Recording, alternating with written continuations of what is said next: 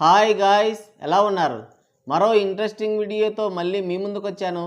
ఈ వీడియో చివరి వరకు చూసి నచ్చితే ఒక లైక్ వేసుకోండి. ఓకే, ఇక వీడియో స్టార్ట్ చేద్దాం. మెత్తగా ఉన్నవాడిని చూస్తే ఎవరికైనా మొత్తబుద్ధి అవుతుంది అని అంటున్నారు మన ట్రేడ్ పండితులు.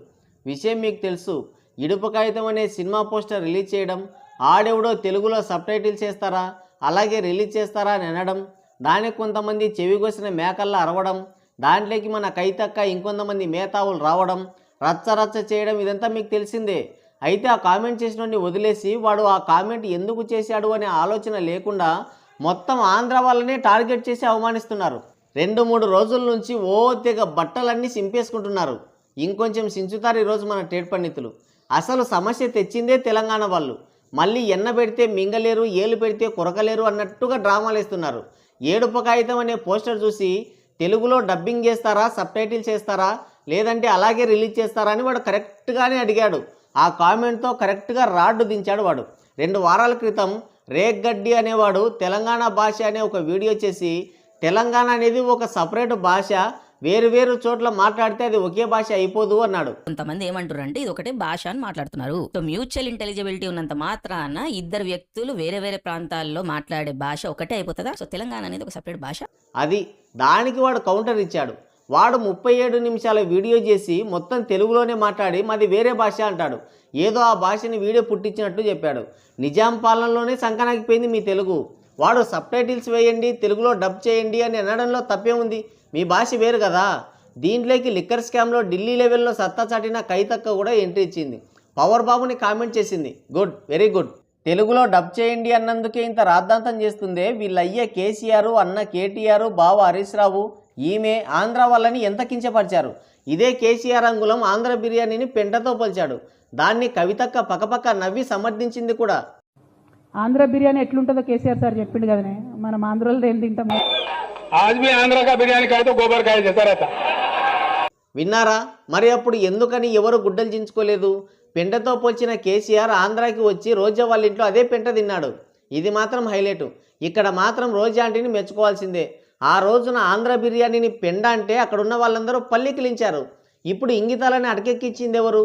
ఇక పనిలో పనిగా ఆంధ్ర వాళ్ళు ఇక్కడేం చేస్తున్నారు, వెళ్ళిపోండి, ఆంధ్ర వాళ్ళకి తెలంగాణలో ఏం పని అంటుంది కైతక్క. టీఆర్ఎస్ని బీఆర్ఎస్గా మార్చి దేశమంతా పోటీ చేయొచ్చు. మీ ఆయన అమెరికాలో, మీరు అమెరికాలో జాబ్ చేయొచ్చు. లిక్కర్ స్కామ్తో ఢిల్లీలోనే దుకాణం పెట్టొచ్చు.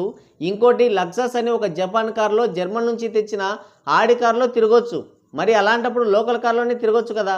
వీళ్ళు ఎక్కడైనా తిరగొచ్చు, ఏదైనా తెచ్చుకోవచ్చు. కానీ ఆంధ్ర వాళ్ళు మాత్రం తెలంగాణలో ఉండకూడదు. తెలంగాణకి వ్యతిరేకమైన కమ్యూనిస్టులు నచ్చుతారు. అదే తెలంగాణకి వ్యతిరేకమైన ఎంఐఎం పార్టీ నచ్చుతుంది. తెలంగాణ ఆడబిడ్డల్ని బట్టలిప్పదీసి బతుకమ్మాడించిన నిజాం నవాబులు, వారి వారసులు నచ్చుతారు. బంగ్లాదేశ్ నుంచి వచ్చిన రోహింగ్యాలు నచ్చుతారు. బ్యూటీ పార్లర్ పెట్టి దొంగసారా వ్యాపారం చేసి పదవులు అడ్డు పెట్టుకొని కోట్లు సంపాదించిన వాళ్ళు కూడా నచ్చుతారు. కానీ తోటి ఆంధ్ర వాళ్ళు మాత్రం నచ్చరు. మరి ఇదే విధంగా పటేల్ పట్వారీ వ్యవస్థ మీద ఎందుకని పోరాడలేదు మీరు?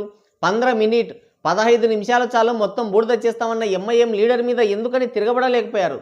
ఎందుకంటే ఆంధ్ర వాళ్ళకి ఒక వీక్నెస్ ఉంది కాబట్టి.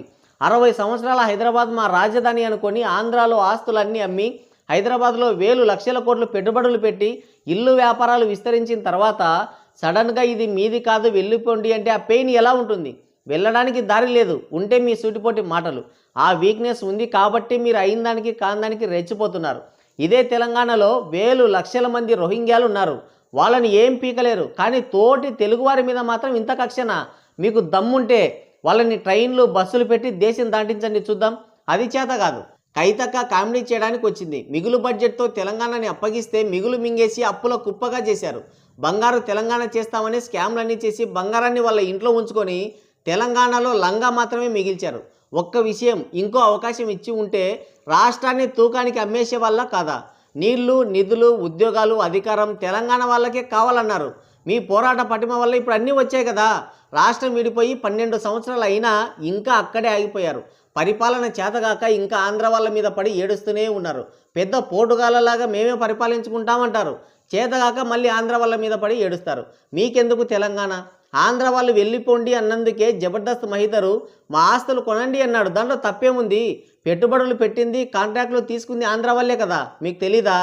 తెలంగాణ వాళ్ళైనా ఆంధ్ర వాళ్ళైనా వేరే ఎవరైనా సరే దేశ ప్రజలు విదేశాలకు వెళ్తున్నారు, పౌరసత్వాలు మార్చుకుంటున్నారు. కొన్ని దేశాలైతే వీసాలు కూడా అడగడం లేదు. అలాంటిది ఈ రోజుల్లో ఆంధ్ర తెలంగాణ అంటున్నారు. పెద్ద మినీ పాకిస్తాన్లో ఫీల్ అయిపోతున్నారు వీళ్ళు.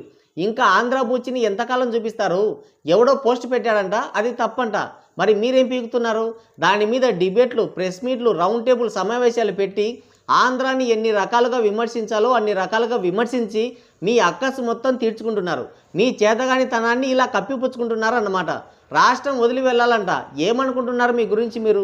మీకు దమ్ముంటే కర్ణాటక నుంచి వచ్చిన బేకరీ వాళ్ళను, హర్యానా నుంచి వచ్చిన జిలేబీ వాళ్ళను, చెన్నై నుంచి వచ్చిన హాట్ చిప్స్ వాళ్ళని, రాజస్థాన్ నుంచి వచ్చిన పానీపూరి బండి వాళ్ళని, పంజాబ్ నుంచి వచ్చిన డాబా వాళ్ళని, కేరళ నుంచి వచ్చిన టీచర్స్ని, నర్సులని, బీహార్ నుంచి వచ్చిన హమాలీలని, పెయింటర్స్ని, పెట్టుబడులు పెట్టిన ఆంధ్ర వాళ్ళని తరిమేయండి చూద్దాం.